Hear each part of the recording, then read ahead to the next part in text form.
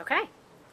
My name is Alice Lee. It's March 2nd, 2010, and my interviewee is Gerald Kearney.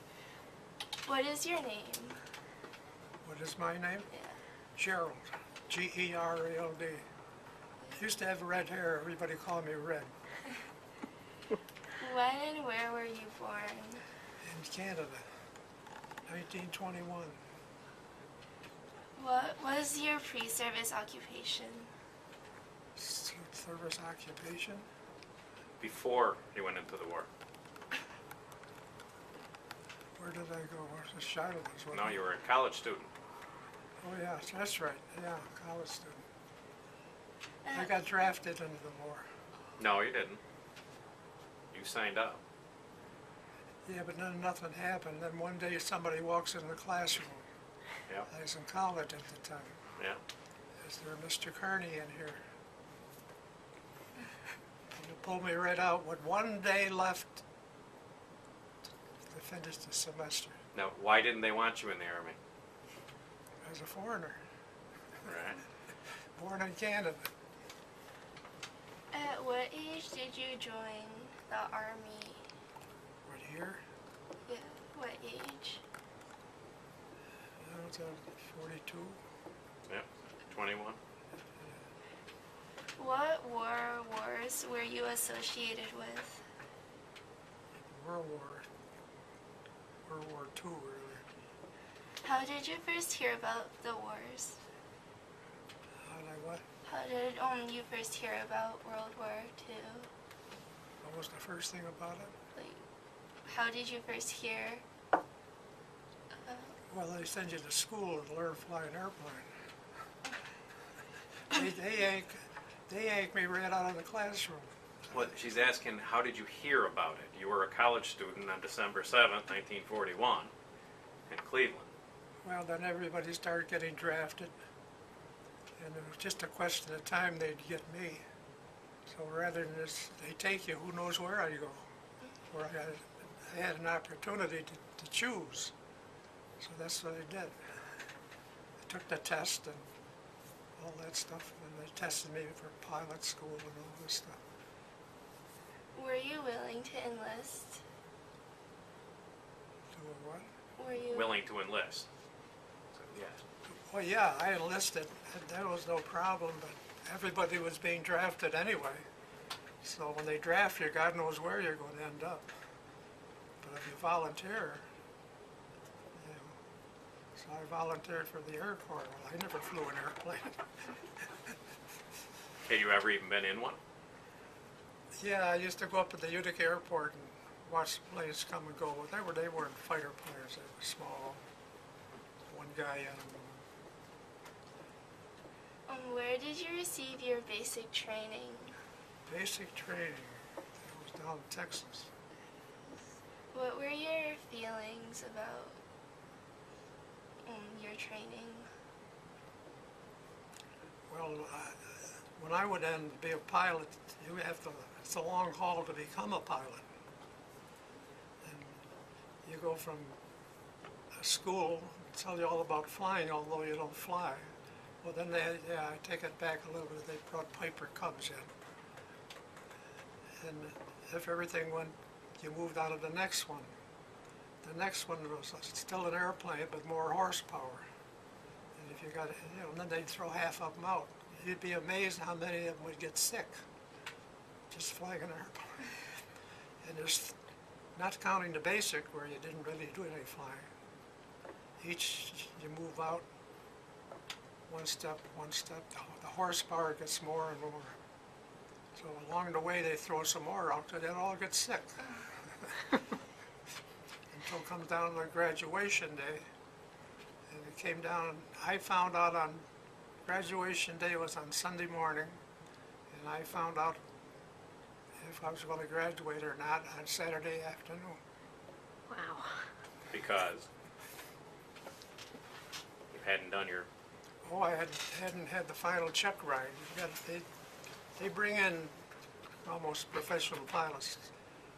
That's your exam. You go up with him, and they push you through hell. You know. So it came down to the Saturday afternoon. But I still didn't have my final check right, and graduations was noon Sunday morning. You get your wings, and now you're a second lieutenant. So the phone rings, I answer it. Cardi, get your down here. You got to get your final check right. I thought, well, they'll just give it to me. So this is in the evening. Flying is all done for the day, and there's him and me. And up I go. And he put me through hell.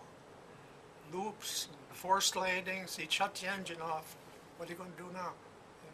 You got to find a spot to land, and some of you land on purpose, some you didn't. And there was a river. Right away, I spot the river. I knew where I was, and that type of stuff. And I got back. This is like 9 o'clock at night. Flying is all done. And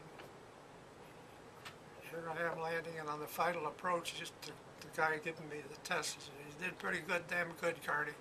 Be on time tomorrow, graduation." What was your unit assignment? My first assignment, What's your unit? the 19th Fighter Squadron.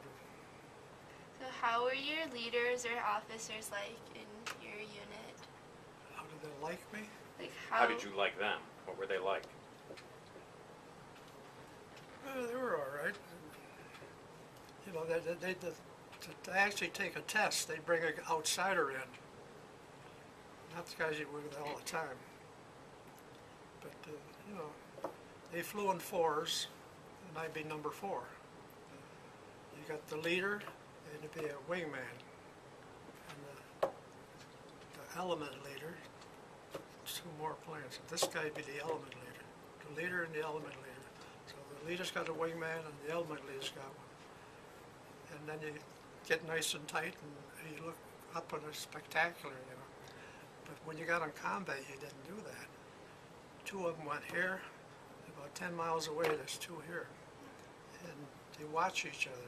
These 2 are constantly watching those 2. And these 2 are constantly watching that. Now, if a chap plane come after either one, say he came after this one, I'm going to see him because I'm 10 miles away.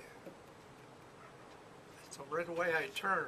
Of course, this guy's supposed to be watching me. If I turn, he turns. And vice versa. He turns, I turn. And that's a thrill.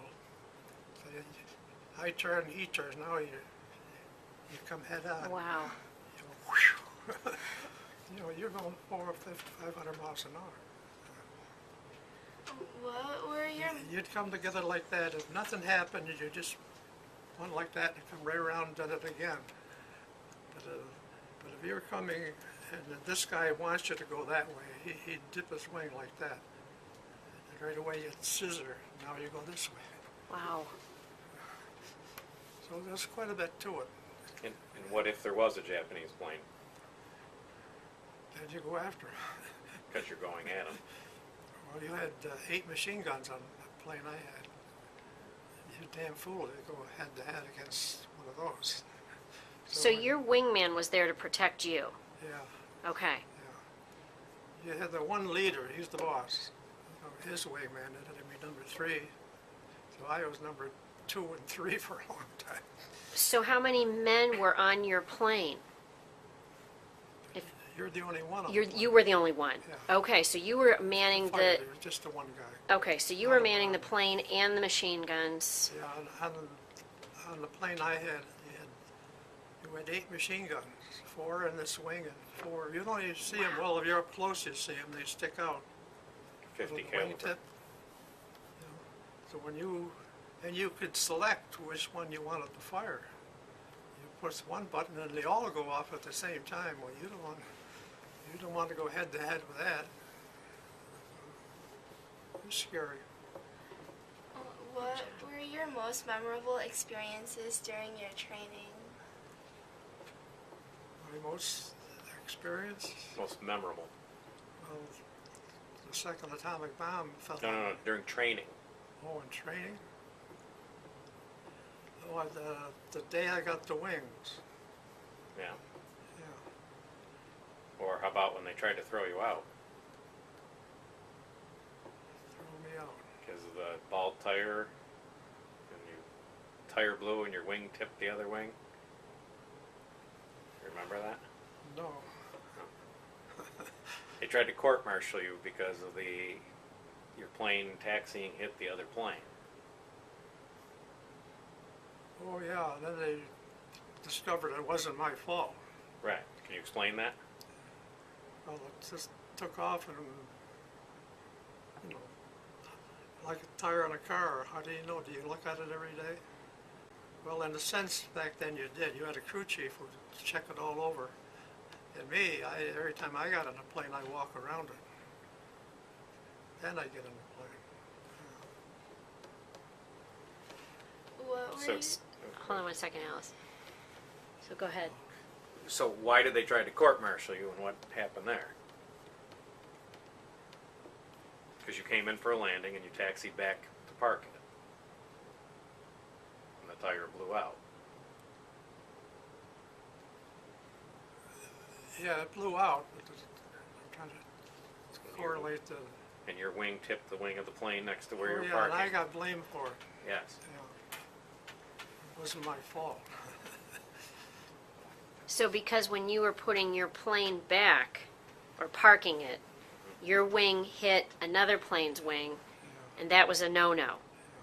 Okay. Yeah, when you, the way they did it, you go this way, then you hit a brake and go that way.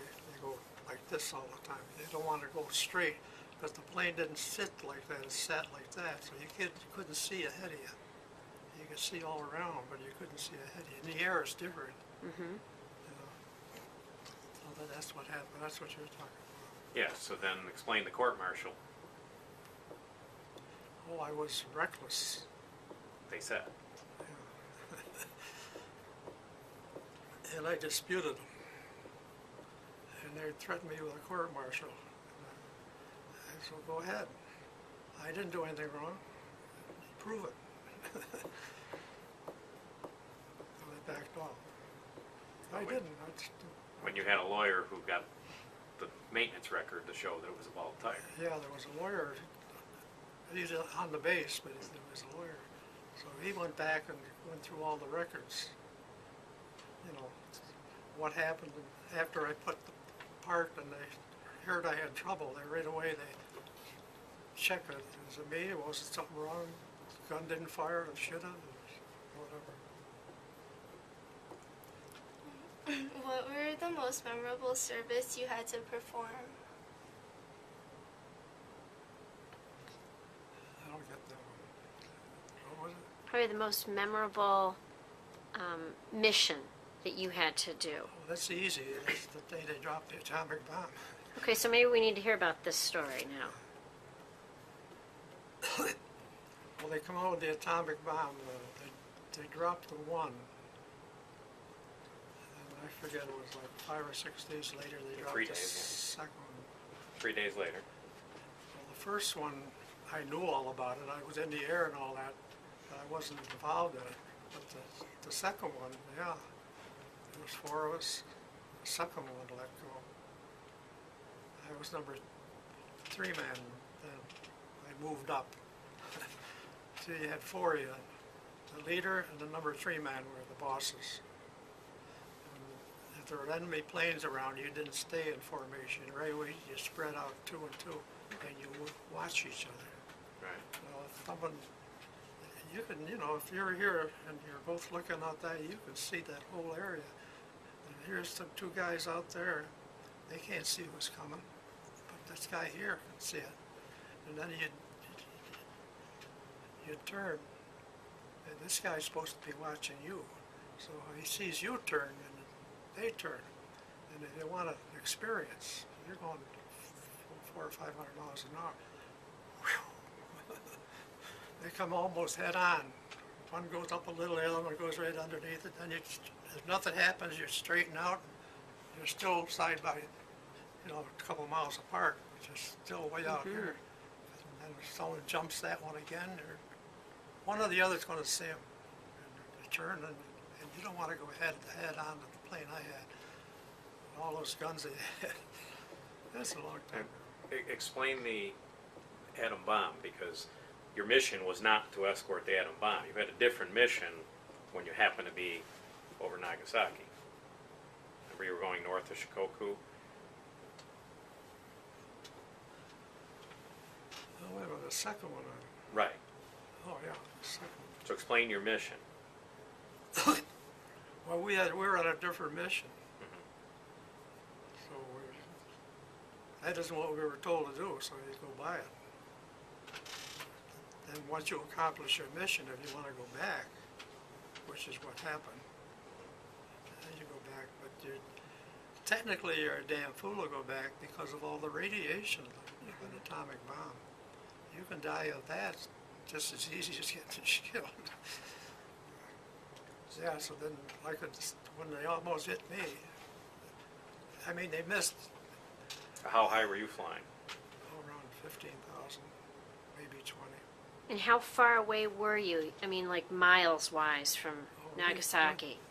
Well, when first one, I was really not involved, but too far Second. away. But the second one, yeah, So how many miles away from Nagasaki would you say you were? oh, probably 500 or 1,000. Wow. 1,000.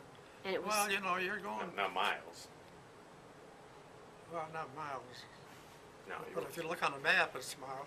no, I think you said you were about 5 miles from the center of Nagasaki when you were flying over it.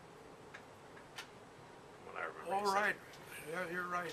We were on a mission to Tokyo when they dropped the bomb. Right. And here we are. And you think, what the hell are they doing? They know we're up here. Why would you drop a bomb now? You'd think they'd wait 10 minutes. But then we had that's the one that there was 4 of us. So what did you see? See that old bomb go, spreads out like that, and goes up. Then it spreads out, then it all comes down, and you get all this radiation. So then me and the other 3 guys had to report to the doctor for 17 days in a row. and you never had any symptoms. Wow. Because, you know, it's practically, they might have dropped it here, and we were a little bit away, but awful close. It's close enough. What did it look like? Well, it's a big explosion that goes straight up. Then it spread.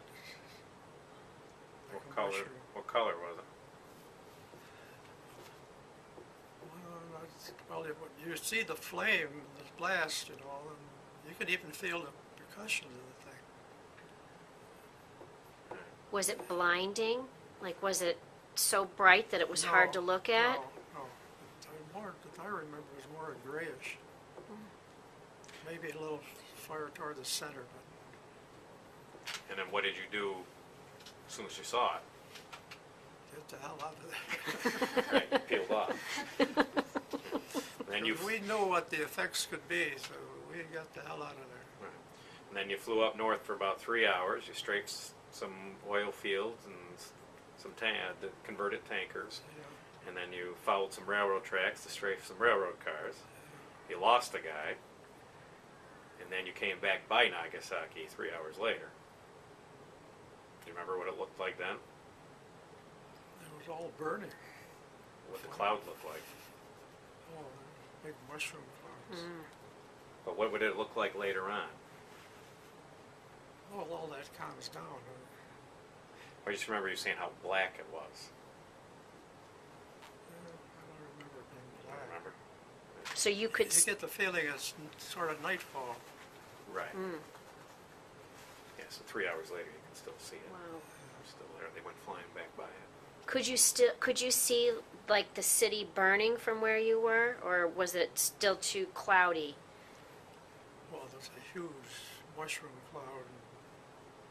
And you see the big Right. blast, like lightning almost. And then annoying about the radar, we get the hell out of there. Radiation. Wow. Want to go ahead, honey? Did you receive any wounds or injuries? In the Indies? Injuries? Wounds or injuries? No, Yes, you did. I did. your airplane crashed with your runaway propeller. Oh. Yeah, I You remember hurt your that. leg? But that's the one I think I got out of the Your plane hand. and ran like hell. Yeah, explain your crash.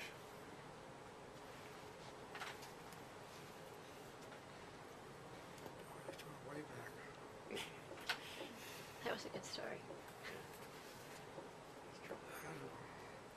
Remember you took off and your propeller started to run away, Oh, and yeah. then you came back around and the runway wasn't free? Explain that. The propeller when it goes around is controlled. You don't go like that. It's a steady thing. You can slow down. You got to throttle it in the cockpit. You can slow down or speed up.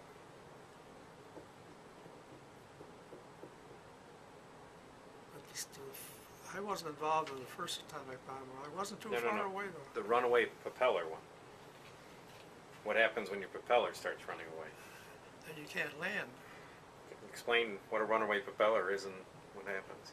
Well, it's like a car today. You step on the gas pedal and it goes faster. The propeller is the same theory. Like you push the lever forward and you get more gas, more power.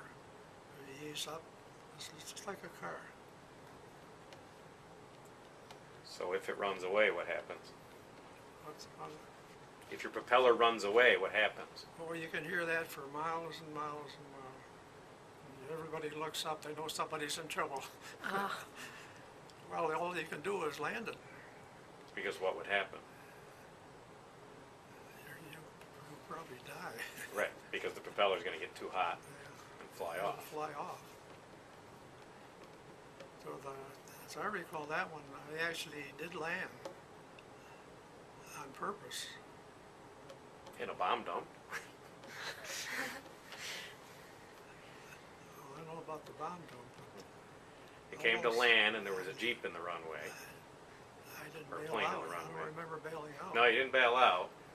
You crash landed it. Oh, I Remember got- you turned your wing so the wing would roll up on you? Well, somebody had tried that and it worked. Yeah, I remember that.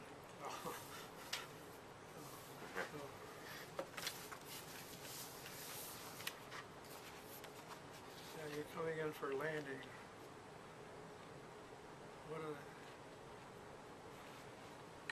I tried to come in and scrape it so I'd slide along the ground. So I cut the power off completely, even turn the key. And try to slow it down. When you slow it down too far, it drops. So you come in and landed and went running down the runway, the whole plane and me. And I swear, when that came to about 10 miles an hour, that's when I got out of it. I just jumped out of the damn thing and ran. And the rest of it flies down the runway In a bomb dump. in a bomb dump. And what is a bomb dump? They take a certain section duty away from everybody. You know, the war's going on. They bring all these bombs over and Merchant ships and stuff.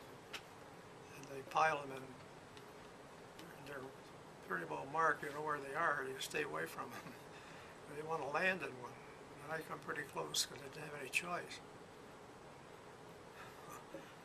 And things start flying this way and that way because I'm plowing through everything.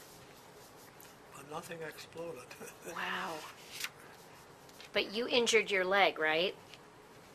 Well, they say that's where it's from. The right leg is the vein. It's there. It doesn't bother me, but I have to wear a stock and pressure on it. But you were good enough to get back up in a plane right away again, right? Oh, yeah. When I first, this outfit I joined, they're all veterans before the war ever started. Then along comes me. Now I'm a rookie. There was like 5 of us. And they put us through hell, all 5 of us. Yeah, on purpose. Right. But they do it slowly.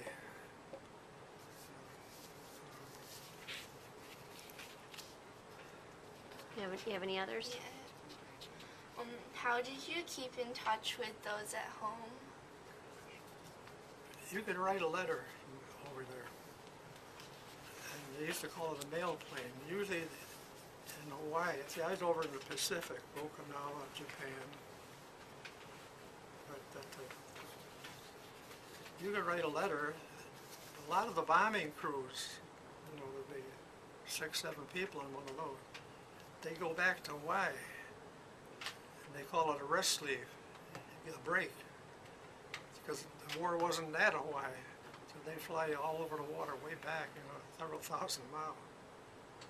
And you could do whatever you want for 2 weeks, and then usually you go on a bomber that's going that way. Then your 2 weeks are up, you get on a bomber. They bring you right back for more. So you got to do that? Yeah, I did that. What'd you do in Hawaii? Wined and dined, and me and another guy borrowed a Jeep and went all over the island to see it. You know, I see it from the air and all that, from landing and taking off from there, but you don't really see it till you get up and look. You know, you had a chain of islands, really. Hawaii is Oahu is the main one, but then you have another string, another one. So you can go way up north. So I did that a couple of times just to see what was up there. There'd be a little island, little island, little island. The letters you wrote, were they censored? Were the letters censored? Yeah, they're supposed to be. You couldn't write down any, like, where you were, like, location?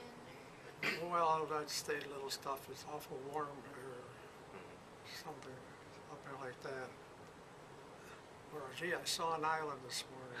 See, they weren't supposed to. And your mail was open and looked at. It was censored. But you gotta be careful what you say. You call somebody a son of a bitch, you might be gone. Which one of your jobs was to censor other people's Yeah, mail? I used to have to open the letter carefully, read it, and anything. They weren't supposed to write anything about the war. What if somebody did? What did you do? If somebody wrote something and you had to censor it, what did you write lines through it, or did it get? Yeah, they had a pencil you could cross it off, or you couldn't read it. Or you could take it to one of the higher ups and I said this, is this okay? And they would say, yeah.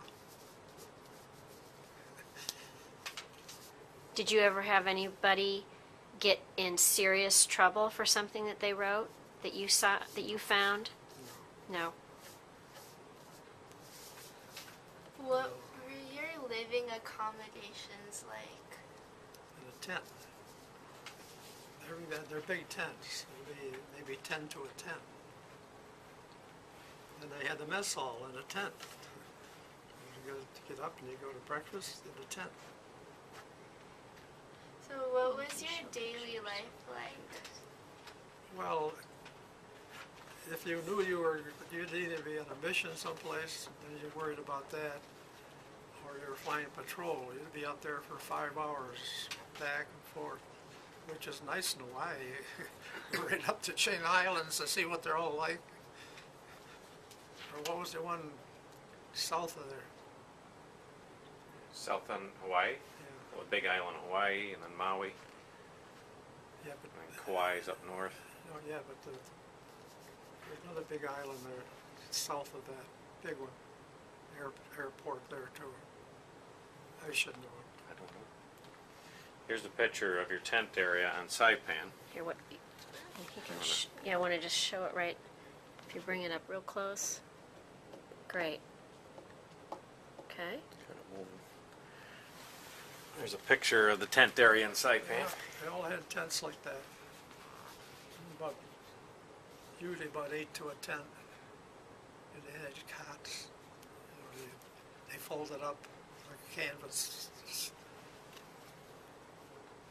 And that's Betty Hutton. She was quite the movie star back at the time. She came over to visit the troops. With the USO? Is Yeah. okay. Yeah. This guy's named Kennedy. big jerk, really. But he was a handsome guy. So right away he sees that girl. He's there all day following her around. And there's the tents. And they had jeeps there, and they had over the front, the radiator, they put a wooden platform. So if you're on a mission, they'd come up right up to your tent, and you take your parachute and toss it up on the platform, and whatever else you're taking with you. And all that junk is up front, like right there. This guy just got a little laundry out here. They lived in tents. Tents were no trouble, but on a rainy day, which are few and far between in Hawaii, the rainy day, everything got so. That's in Saipan. Yeah, essentially it's like. So were you on Saipan the whole time, or did you move around to different locations? No, Saipan, what's the one south of Japan? Shima, Shima.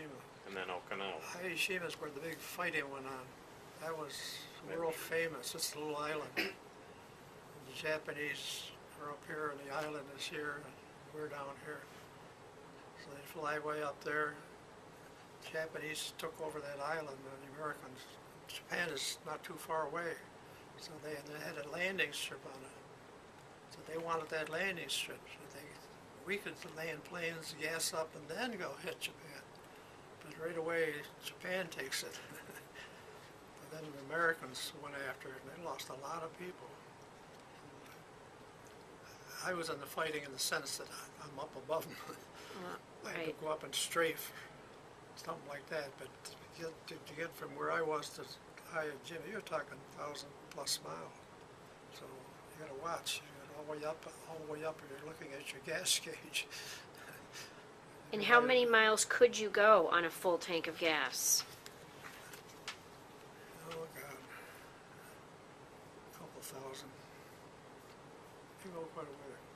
And you have multiple gas tanks. Yeah. You keep You switching switch back and forth. And then you'd run a gas on one and you switch it over to the other one. That's scary too, because there's Yeah. a pause there.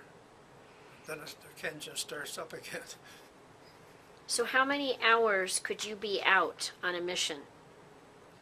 All the ones I had, every place you went, you're talking 1,000+ miles. A lot of miles. So about how many hours? 6 or 8 hours? On the longer ones, yeah. But you know, on any of the islands, not too far away, you're talking at least 4. And you were tall and you couldn't straighten your legs in the Yeah. cockpit Yeah, I had trouble all the time. because you were tall. Do you remember the story when you tried to switch to the gas tank and it wouldn't switch? Oh, yeah. Explain that one. Well, all of a sudden you're not getting any gas, like your car run out of gas. You're up 2,000 feet or more in the air. So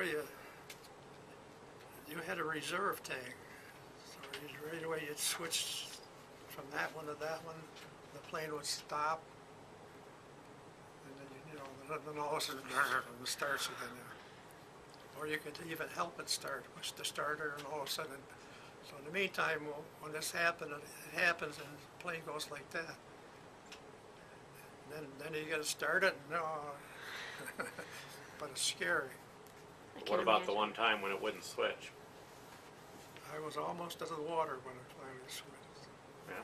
I came from like 20,000 feet down, almost landed in the ocean. Not too far from it, all of a sudden I tried it and it started. And I headed for home. Well, remember Wow. seeing the other 15 guys in the distance? Yeah, they all went off and left me. The wingman never saw you. Never noticed I was you the weren't last there. guy, and that happened. And I eventually caught up to him and moved right back into position, and I kept my mouth shut. Didn't tell him. They were wrong, because that's what they drill into you. You got to know where the other 3 guys are. Well, your wingman shouldn't have left you. Oh, No, all 3 of them, at least the wingman. at least the one. So, and what it turned. They flew in 4s all the time. So you got the leader and the wingman. Then you got the second guy, maybe the third guy, they call that the element leader, and he had a wingman. But that, when you do that, that's for show. You look pretty there like that and two more. But in combat, 2 and 2. Right, you mentioned that. Right. Yeah, and you're 10, 20 miles apart. But you can see, these two are hidden. Someone jumps this one, you're going to see it, and you turn. And he's supposed to be watching you, so if I turn, he turns. How you come head on? You Right. don't want to come head on when you got 850 caliber machine guns. Right. But what happened to your gas tank is that at the high altitude, the condensation on the switch froze. So it wouldn't go until you got real low, and then it went. Yeah, I was fighting the switch all the time. I hit it and I'd bang it, and it got down. It was pretty scary, and all of a sudden it started. Now, did they keep track of how many times you went up in the air? Like, is that considered a mission every time you went up? So how Not many? every time. You had to go someplace, and some kind of action happened. So how many missions did you end up flying? Do you, That I got credit for about 30-something. it's a lot. Yeah, it's a lot. Then you get the tremendous amount of hours on patrol, or back and forth, back and forth. But that's what you want. The guys on the ground love to see you up there. And what happens at night? Did they turn the lights out while you're up there? You just run out of gas, you can't land. Do you remember being on the island when it happened to other guys? I can remember it almost happened to me, but I made it back. Right. But I don't remember anybody crashing because they didn't make it back. Yeah, I remember you telling while you were sitting on the ground in your tent, hearing the guys go until they crashed. Yeah, they fly over you and you hear an engine cough or something. Uh-oh, somebody's in trouble. There was one time when you were up there and they turned the lights out and you guys were going to run out of gas until someone on the radio said, "Hey, we're all clear at this other island." Oh, Explain that. it was Saipan. What's the other island? Shima. Shima.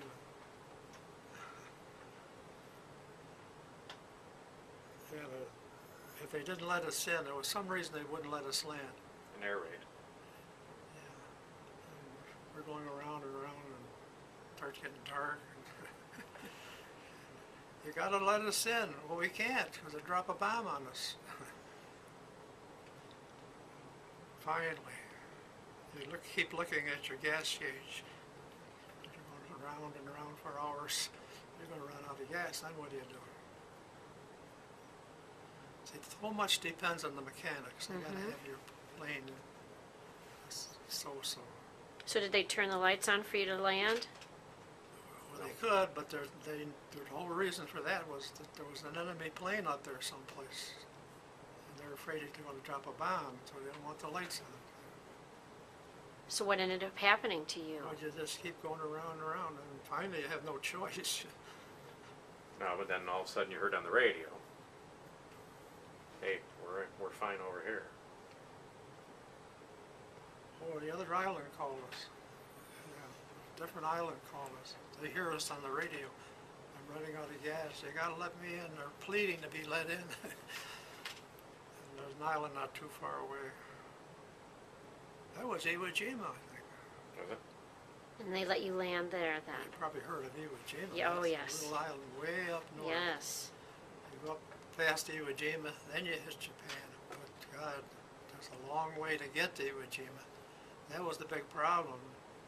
Maybe a bomber would go up there, but then you're a sitting duck because they had airplanes too. And they're so far away, they're not going to bother you. Wow. Yeah. So they were able to land safely at the other island. Yeah, the one time we ran out of gas, and this guy on the radio said, "We got gas, come on in." Amen. That was So good. we all landed, got gassed up, and then flew home. Wow. But that's more or less the leader's fault. He should have known. Who was the most inspirational person you met? The most inspirational person. Inspirational what? Person that you knew over there. Oh. Who was the guy that was from Texas? You're thinking Bill Laughlin Bill from Laughlin. Arkansas. This guy, Bill Laughlin, was a pilot before the World War ever come about. He was a fighter pilot prior to the war. So he knew more than everybody. And he was good. I used to love to go with him. And I got along great with him. And still do. Still do, yeah. Wow. Well, I don't know what will anymore, but up until this past year, we've had annual get-togethers And where do you have up those? in Canada. Can you tell us about that? Well, we're allowed to take our sons. So him and Joe, John, and Paul, We all go. they all wanted to go. They go too. We all drive up wherever they're going to have it. Usually there's one guy from Pittsburgh that owns an island, Severn River. Severn River up in Canada. I was born in Canada. So he's got a camp on the river.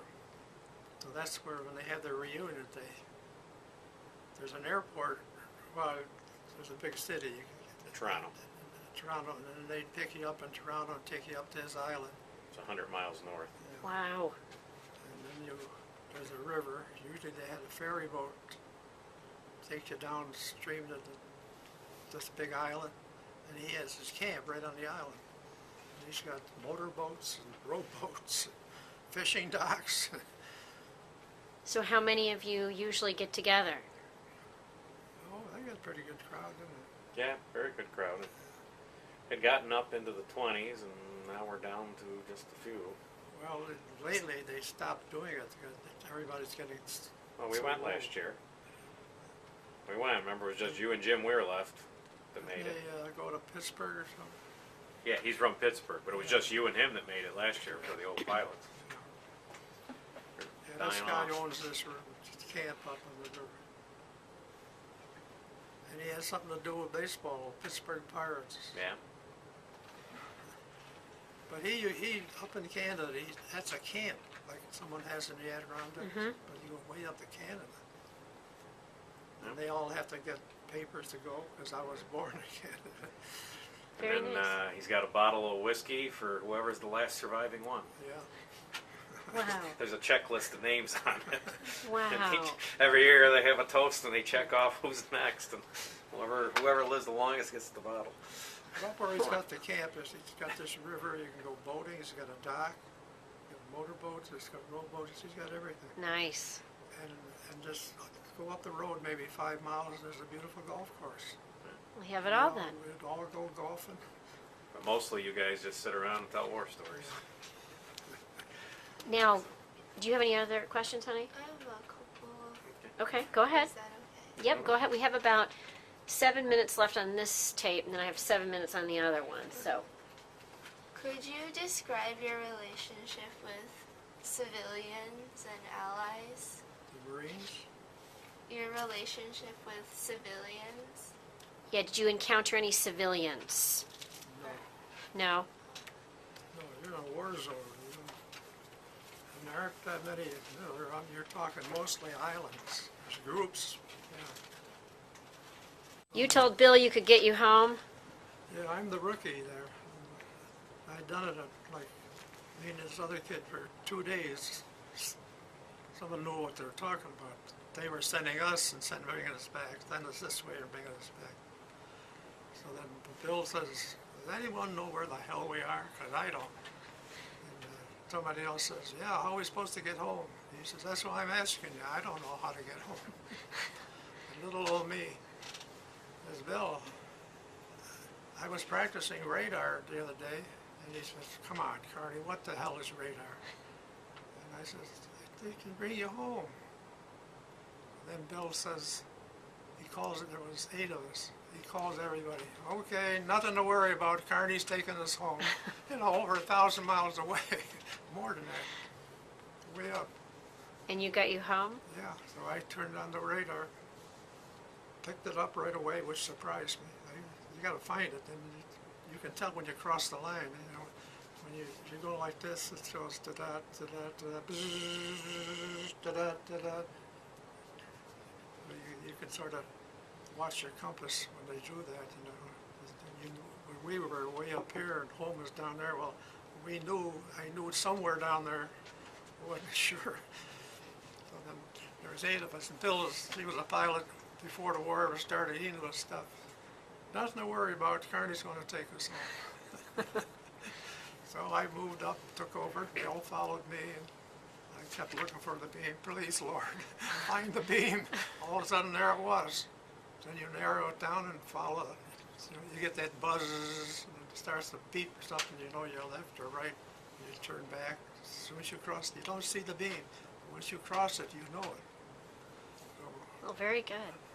oh, geez, I don't know, 2,000 miles. I took them all home. The little rookie out there. Well, that's good. I come right down the center of the airport too. Of course, he'd call the airport saying, because we're almost there, and Bill knew we were okay. Call the airport. We come right down the center of the runway. All 8 of us made a big grand stand. Everybody's running out to see what's going on. We all landed. Well, very good. I was a hero for a day. For a lot longer than that. Boy, he's got a good memory. All these little war stories I probably told him years ago. Yes, you did.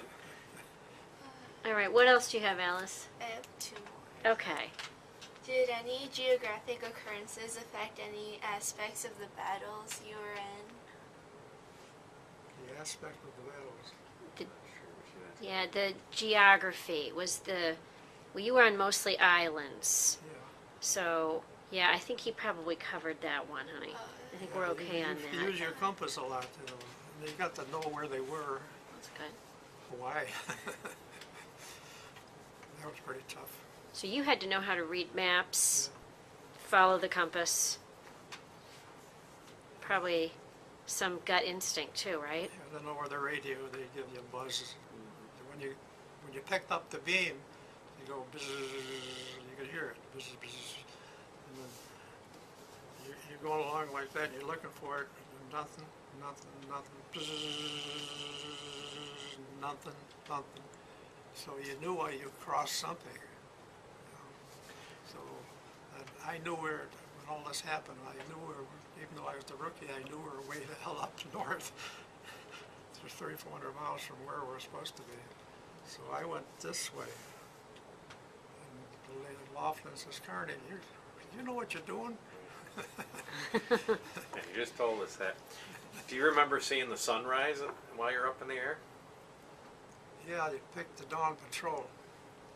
4 guys that go on dawn patrol every day took turn. In other words, you didn't want someone sneaking up on them. Right. Usually Japan is way up there and we're way down here. They go north, and they just go back and forth looking for it. And you could pick them up quite a ways, you know. When you warn up, some more planes just go up in the air or whatever. So what was sunrise like? Oh, the sunrises were beautiful. I don't know why. Well, what was the sunrise like over the Pacific when you're up in the air? It's like flipping a light switch? Yeah, I'm just going to say, yeah, everything is dark. And you know where you are. You're looking for that beam. And all of a sudden, boom! Oh, daylight. Do you have any others? I have just this last one. What kind of medals did you receive? What medals did you get? Oh, they have an Air Force medal. And what's the other one? There's another one. Flying Cross? Something like that. Something like that.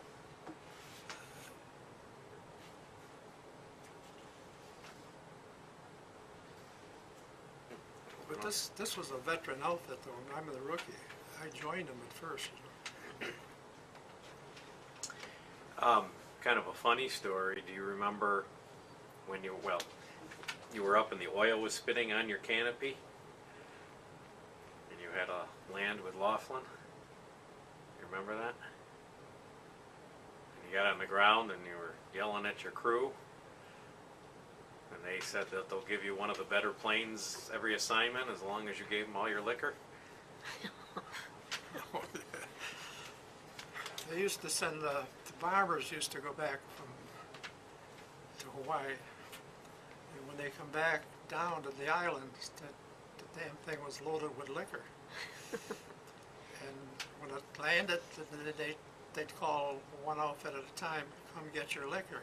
They'd have a bottle set aside for each one of you. And if there was extra, you had where you could switch, or I'll give you some money for that bottle. So they'd bring a lot of liquor back. And beer. And beer. And then they had what do they call it, the shack? Wagon wheel saloon. Wagon wheel saloon. They built it like an old barn. They fixed it all up. And over there they had oxen, you know, and they draw these carts. They took the wheels off the carts, call it the wagon wheel saloon. And set up a couple bars in there. And you could go over and then they'd ration what you could take. You could have your own bottle and keep it behind a bar for you. And every time the B-29s, the bombers would go down back to Hawaii, you get a fresh supply. And where did they put the liquor on the plane? No, you weren't supposed to take it on the plane, but while you're on the ground, something to do. There was a barn to start with. A couple of the guys were carpenters, so they rebuilt the thing. And you could go in there, and on this end they had a big bar, a real big bar, full of liquor and beer. Then they had the rest of it all divided and had desks. You could place you could sit down and write home, tell your wife where you are. But all that was checked. You're not supposed to tell them where you are. They'd cross their line, cut it right off. Okay. So, you know, you could go out, read a book, and then they built the veranda out, fresh air, and you could sit out there. Now, what about you Wagon trading your wheel beer and saloon. liquor to the crew to give you the better plane? Oh, I wouldn't do that. Yes, you did. Well, I didn't know, some of the liquor I didn't care for. So, rather than waste it. Yeah, I knew some of the pilots. Well, I was a little Some of pilot. the maintenance crew, Maintenance crew. because they didn't get liquor. Yeah. They didn't get anything, the maintenance crew. And there was one guy named Trophy, this huge man. You could fix a tire, you lift the damn car up. He's that big. He was a professional basketball player.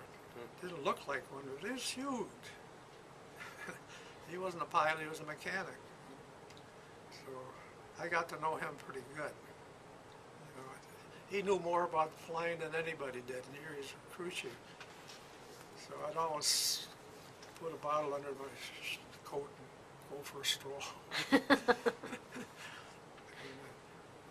I'd see him and I says, look what I got.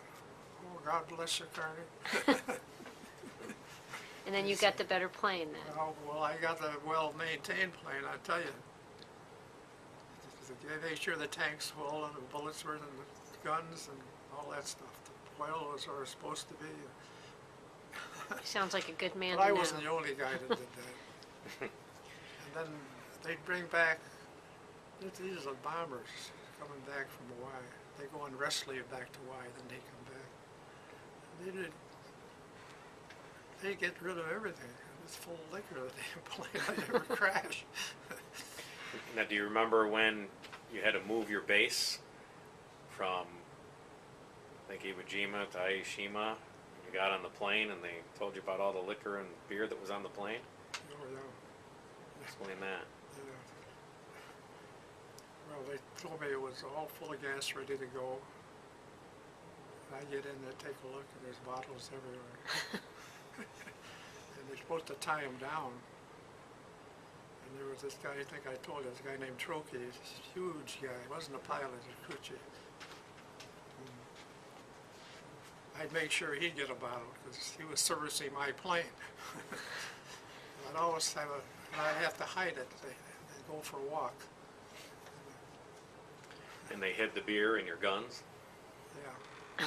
Explain that. Well, they take all the ammunition out of the guns and put beer in there instead. Bottles of beer.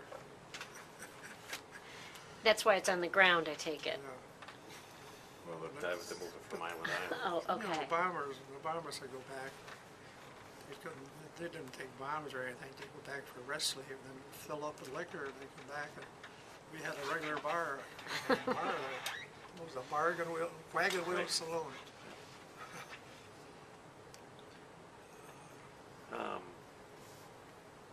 Did we hit everything? So, what was it like to strafe something? Well, you were trying to hit Or something. dive bomb? Yeah, I used to do a lot of that.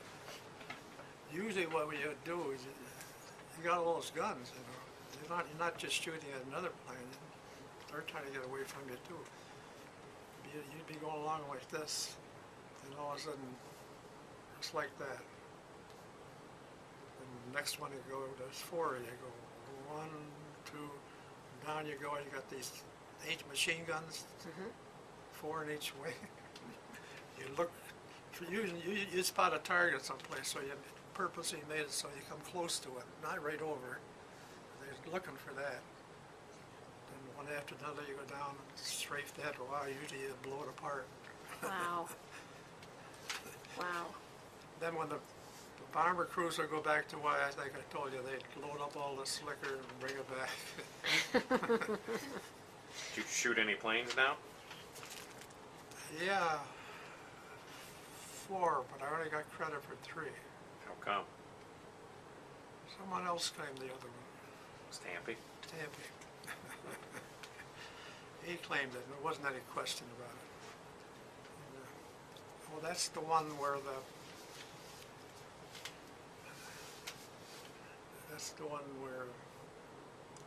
Stampe's giving me, telling me how good he was and all that stuff, and I know he's lying. I'm standing there, and I didn't see him, but the general is there. And he sort of sneaks up, and I didn't see him. And he's listening to all this. Oh, I shot that one. Oh, you did. No, back and forth. And to me, it wasn't any question. So I ended up with credit for 4 when I really got 5. When you're 5, you're an ace. Or maybe it was 3 and 4. Yeah, 3 and 4. 3 and 4. No, I didn't get the 5th one. What, He claimed it, and the general, I said that, he comes over to me, well, Kearney, I heard all that. What do you think? What do you say? I says, well, he's a goddamn liar. And the general says, yeah, I think so too, Kearney. What are you going to do about it? Nothing, I guess. What difference would it be? I'm going to make a big issue over a bottle of liquor? Whether it was 3 or 4? And the general looks at me, and everybody leaves. He comes over to me, he says, Kearney, can I shake your hand? Yeah, why? I just witnessed what you did. You didn't have to do that. I believed you. That was very So he nice. shook my hand, so I was a big shot there. That was nice. I'm just You, going to shut this off for 1 second. I want her to go call her mom. Alrighty. last one I was going to mention, do you remember going off an aircraft carrier? Well, not all of us, some of us. That's when they invaded Iwo Jima. Mm-hmm. How do you land? Well, P-47 is pretty heavy to throw off an aircraft Yeah. carrier. So they stripped everything off of it. All the guns, they took all the guns off the plane. All the gasoline. You had enough gasoline to go off a carrier and go land. If you missed, you're going to crash. You're going to run out of gas. Right. All the guns, didn't wear a parachute. You went just like you are, take practically naked, take everything off. So it was just to get the planes over there, Yeah. to the base. What did it We feel all like? got off, went in and landed them. Then they put them all back together again. Wow. That's What- not, What did it feel like to go off the carrier? well, kind of scary because, you know, all of a sudden you're going full power, and all of a sudden it drops, and then it seems to catch hold, and you go off and right over there and land. That's how fast we got them off the carrier, one right after another. And they all got off. So did you take a plane off of an aircraft Yeah, carrier? that's what I was just telling you. Okay, Yeah, all I right. was one of the ones that took it off. Okay, okay. They had more pilots than planes, but It's the only time a P-47 ever flew off a aircraft carrier. Wow. Because Wow. they're a big, heavy plane. yeah, very heavy plane. Okay. The funny part of that plane, the higher you went, the more effective it was. You know, if you want to have aerial combat, it's one thing here, but it's a completely different thing way up there. 30,000, 40,000. Right. The air is so thin up there, so weight doesn't count that much. So every time we take off, the first thing we did was climb, get up where you can defend yourself. So you were a very skilled pilot. Well, I thought I was pretty good, but all those guys were good. Well, I think these stories Yeah, they had confirm that. that. They had these get-togethers up until like a year or two ago. And the we're boys- still going. This last year. All the boys are invited up to Jim Muir's camp. I don't know if they'll go again or not. Where was it last one? Wasn't it down around Philly or something? No, it was up in Canada. Every August. We went.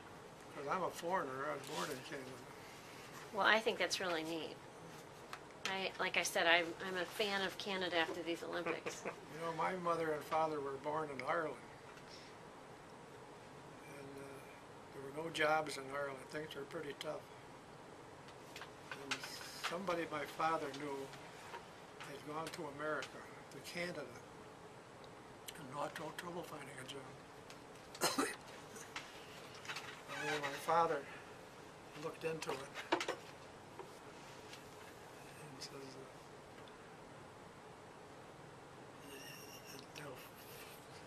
how the hell that work?